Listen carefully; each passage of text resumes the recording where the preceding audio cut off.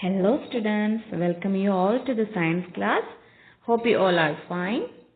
So we were learning Unit 6 life cycle and we have finished that. So today's class is a revision session for this whole unit. Ready? There are 7 lessons in this unit. First 2 lessons, that is reproduction and making more copies. We dealt with the importance of reproduction in maintaining plant and animal species. Then the next 4 lessons, we saw and learnt in detail about plant reproduction starting from the parts of a flower till seed germination. The last lesson, we dealt with the different stages of human life cycle.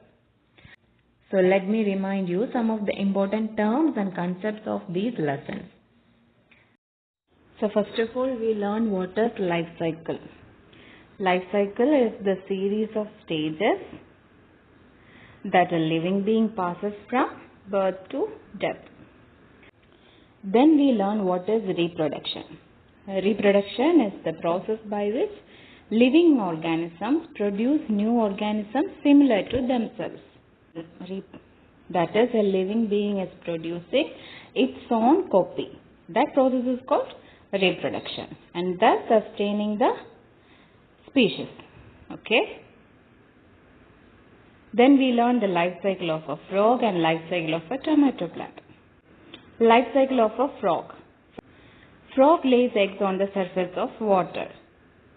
Then after some days, the eggs will be hatched and then it becomes in the form of a tadpole. That means it looks like a fish with gills and tails.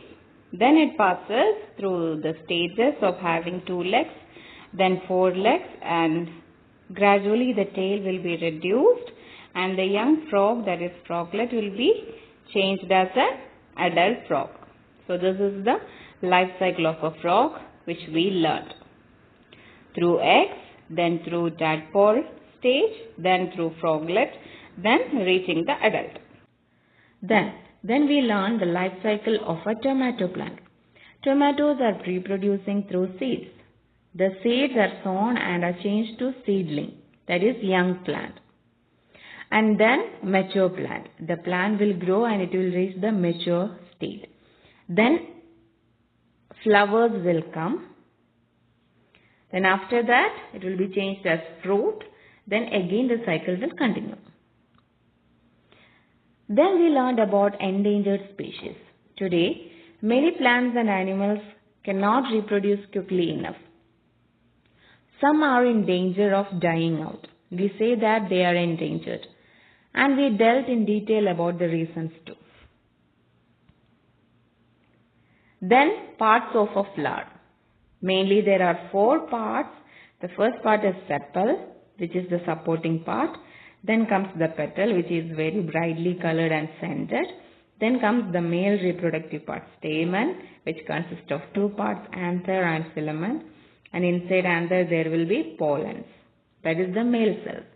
Then comes the female reproductive part, that is pistil or carpel, which consists of 3 parts, stigma, style and ovary. Inside ovary there will be ovules or female cells. We learned about pollination, how the pollen grains from the male reproductive part reaches the female reproductive part, and how fertilization happens inside the ovary by the fusion of male and female cells to seeds, and the seeds are dispersed, and the structure of seed and how the seed is germinating. So the complete life cycle of a plant is passing through 3 processes: pollination, fertilization and germination. Through pollination, the pollens from the male reproductive part will be reaching to the female reproductive part.